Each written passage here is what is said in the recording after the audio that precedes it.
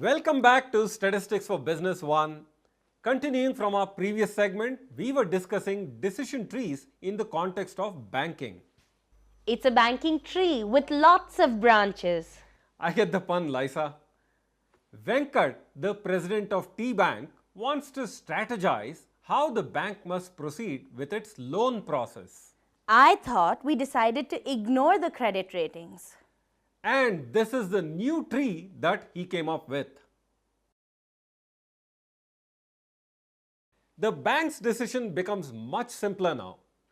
Based on each loan application, how must T Bank proceed? Does the bank know the applicant's salary? Of course, they ask for it on the application form. In this segment, we will show you how to come up with directions to tackle the restricted problem. And I'm confident that you can solve his larger problem after the segment as an exercise. We begin by framing everything using the language of probability. First, let's identify the events. We have D as the event that a borrower defaults on the loan, and L the event that a borrower is at the lower level 1 in terms of salary.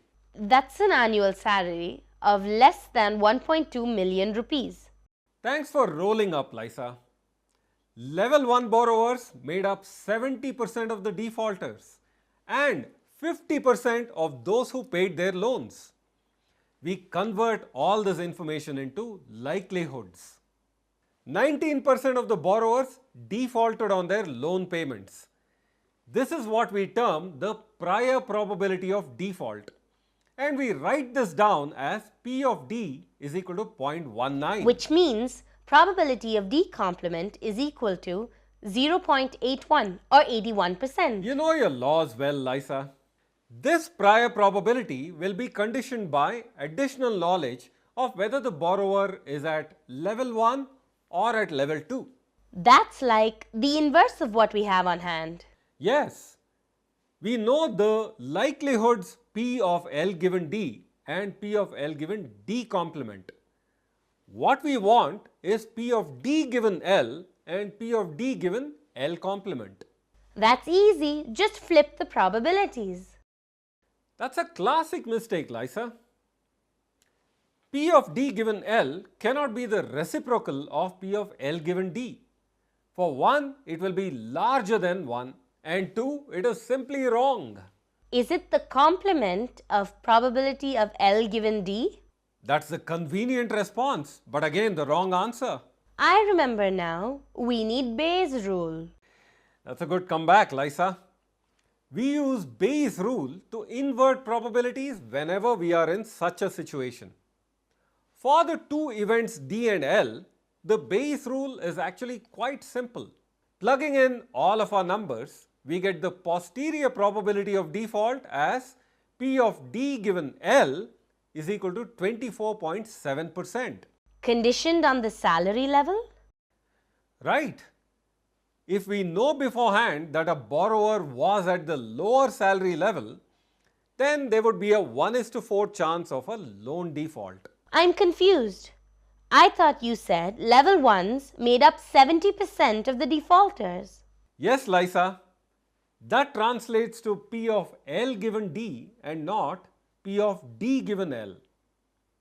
A simple Venn diagram will clear this confusion. It's nearly drawn to scale so we can understand things better. The yellow guys over here, the entire ellipse that is, make up the defaulters.